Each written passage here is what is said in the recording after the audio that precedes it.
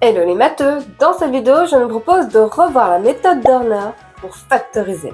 Alors, prête à devenir des experts? C'est parti!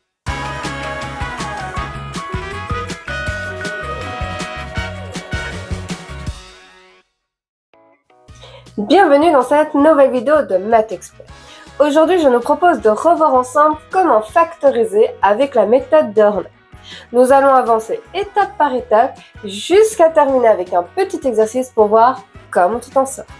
Alors, installe-toi confortablement, n'hésite pas à prendre des notes et c'est parti pour devenir des experts. La méthode de Horner est une méthode qui nous permet d'effectuer des divisions avec des polynômes, mais en travaillant uniquement avec les coefficients. Et lorsque nous cherchons à factoriser un polynôme, nous cherchons à le transformer en un produit. Avec la factorisation, nous voulons du fois. En fusionnant ces deux objectifs, ça donne notre grand objectif. Factoriser avec la méthode d'Horner revient à effectuer une division exacte, c'est-à-dire des divisions où le reste est nul. Parce que sans reste, nous avons un diviseur fois un quotient uniquement. Un diviseur fois un quotient, donc une multiplication. Donc, factoriser avec la méthode Dorner revient à effectuer une division pour pouvoir écrire ce polynôme sous la forme du produit diviseur fois quotient. Mais pour que ça marche, il va falloir trouver un diviseur pour que le reste de la division soit égal à 0. On veut une division exacte. Ensuite, une fois qu'on aura trouvé ce diviseur, il suffira d'effectuer la division en complétant la grille Dorner pour connaître le quotient. Pour factoriser un polynôme avec la méthode d'Horner, nous devons passer par 3 étapes clés. Première étape, trouver le diviseur pour que le reste soit égal à 0. Deuxième étape, trouver le quotient en effectuant la division. Et troisième étape, factoriser le polynôme en l'écrivant sous la forme du produit diviseur fois quotient. Par exemple, voici le polynôme p de x tel que p de x est égal à 2x² moins 11x plus 14. Première étape, nous devons trouver le diviseur. Celui qui divise 2x² moins 11x plus 14 et qui donne un reste égal à 0. Pour le trouver, nous devons partir du terme indépendant de p de x. Ce terme indépendant ici est 14. Et nous prenons tous les diviseurs et leur opposé de 14, à savoir 1, 2, 7, 14, moins 1, moins 2, moins 7, moins 14. Et nous allons piocher dans cette liste pour trouver le nombre avec lequel remplacer x pour obtenir 0. Je vais essayer en remplaçant x par 1. Ça donne donc 2 fois 1 au carré, moins 11 fois 1 plus 14. Nous avons remplacé x par 1, qui donne 2 moins 11 plus 14, qui est égal à 5. Donc, pas 0. Ça veut dire qu'ici, avec 1, on obtiendrait un reste qui vaut 5. Or, on veut un reste qui vaut 0. Donc, je vais essayer avec une autre valeur. Je vais choisir 2. Et donc, on va remplacer x par 2. 2 fois 2 au carré, moins 11 fois 2 plus 14, c'est-à-dire 8 moins 22 plus 14. Et cette fois-ci, nous obtenons bien 0. Nous avons notre diviseur et nous avons appliqué en fait la loi du reste. Et la loi du reste, le diviseur doit pouvoir s'écrire sous la forme de x moins quelque chose. Donc notre diviseur, c'est x moins 2, puisque nous avons dû remplacer x par 2 pour obtenir 0. Donc c'est toujours x moins la valeur par laquelle j'ai remplacé pour obtenir 0. Maintenant que nous avons le diviseur, nous pouvons passer à la deuxième étape, trouver le quotient. Et pour y arriver, nous allons effectuer la division de p de x par x moins 2 en remplaçant la grille de Horner. La particularité de cette grille, c'est qu'elle nous permet d'effectuer des divisions, mais en travaillant uniquement avec les coefficients. Donc il n'y aura pas de lettres dans la grille d'Horner. Le dividende se place ici. Et nous y inscrivons alors les coefficients du polynôme p de x, de 2x² moins 11x plus 14. Nous avons 2x² moins 11x plus 14. Si ça peut t'aider, tu peux écrire au-dessus de quel coefficient il s'agit. Il n'y a aucune obligation pour ça, c'est simplement si ça t'aide. Et j'ai utilisé l'abréviation TI pour terme indépendant au-dessus de 14. Et le diviseur se place ici. Pour trouver le diviseur, nous avons dû remplacer x par 2. C'est donc 2 qui vient se placer là, dans la grille de Horner. Et nous pouvons maintenant réaliser la division.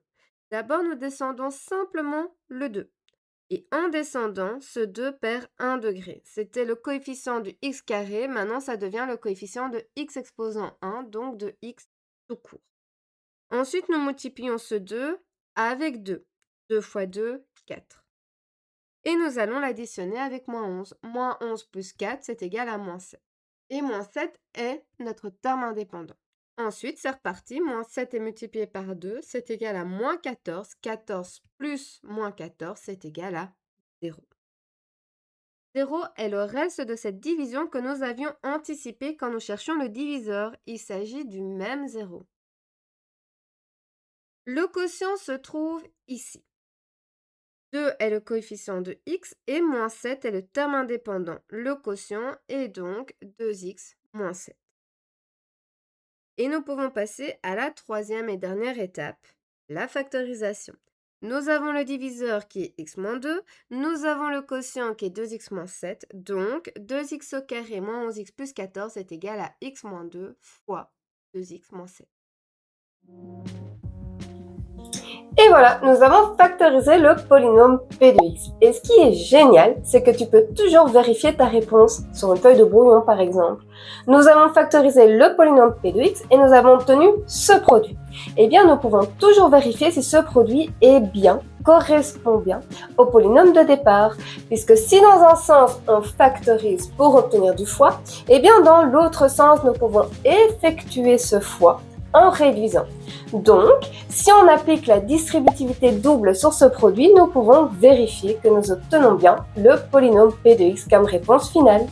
Et ici, c'est bien le cas. Je nous propose de suivre un second exemple pour s'assurer que tu aies bien compris la méthode et ensuite ce sera à toi de jouer avec un petit exercice. Nous allons cette fois-ci factoriser le polynôme p de x qui est 4x carré plus x moins 3. 1, on démarre avec le diviseur. Le terme indépendant est moins 3 et les diviseurs de 3 sont 1 et 3 plus ses opposés, moins 1, moins 3. Nous allons donc piocher dans cette liste pour savoir quelle est parmi ces 4 valeurs celle par laquelle remplacer x pour obtenir 0. Et cette fois-ci, nous allons l'avoir du premier coup. Il faut remplacer x par moins 1 pour obtenir 0. Donc 4 fois moins 1 au carré plus moins 1 moins 3, ce qui est égal à 4 moins 1 moins 3, ce qui est bien égal à 0. Alors je n'ai pas d'astuce pour t'aider à trouver la valeur du premier coup. C'est à force de pratiquer que tu développeras et que tu affineras ton intuition. Le diviseur est donc x moins la valeur par laquelle on a remplacé. On a remplacé par moins 1, donc x moins moins 1. Et comme moins moins ça fait plus, notre diviseur est x plus 1. Nous avons le diviseur, nous pouvons donc passer à la deuxième étape, à savoir le quotient. Et pour ça, nous devons remplir la grille d'Horner. D'abord, on place notre dividende, c'est 4x au carré plus 1x moins 3. Ensuite, le diviseur, on a remplacé par moins 1 pour obtenir 0, donc moins 1 vient prendre sa petite place et on peut lancer la division. Le 4 descend, mais du coup perd 1 degré, ce n'est plus le coefficient de x carré, mais de x tout court. Ce 4 multiplie moins 1, 4 fois moins 1, moins 4, qu'on ajoute à 1, c'est égal à moins 3, qui devient notre terme indépendant. Et enfin, moins 3, on le multiplie avec moins 1, c'est égal à 3. Et moins 3 plus 3, 0. Donc 0, c'est notre reste. 4 moins 3 qui désigne les coefficients de notre quotient, donc le quotient est égal à 4x moins 3. On peut passer à la dernière étape, celle de la factorisation. 4x carré plus x moins 3 est égal à x plus 1, le diviseur, fois 4x moins 3, le quotient. Je nous propose de terminer cette vidéo avec un petit exercice pour voir comment tu t'en sors. Voilà un polynôme à factoriser avec la méthode d'Horner. Prends une feuille et un crayon, appuie sur pause pour te laisser le temps de réfléchir à ton aise, et quand tu seras prêt ou prête à entendre la correction, il te suffira simplement d'appuyer sur play pour relancer la vidéo.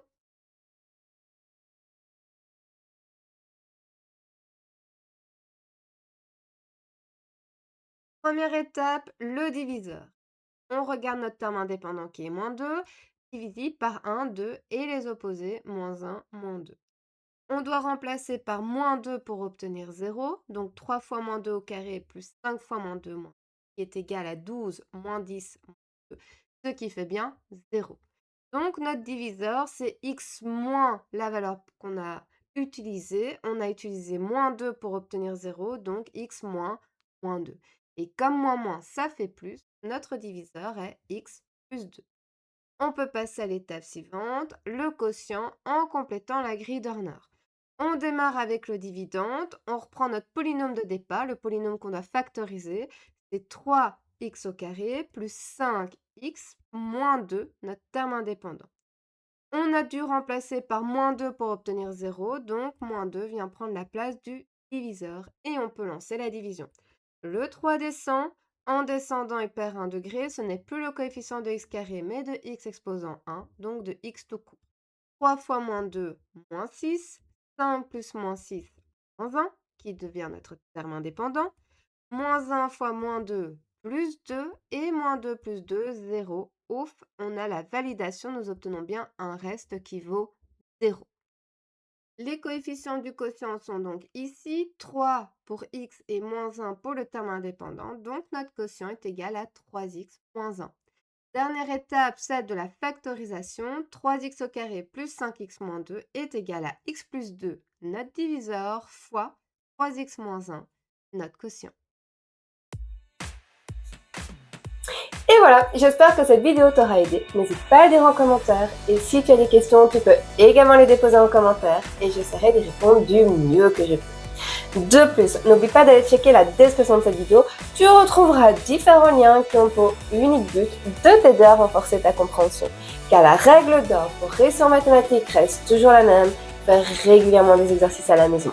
Quant à moi, je te dis à très bientôt pour une prochaine vidéo.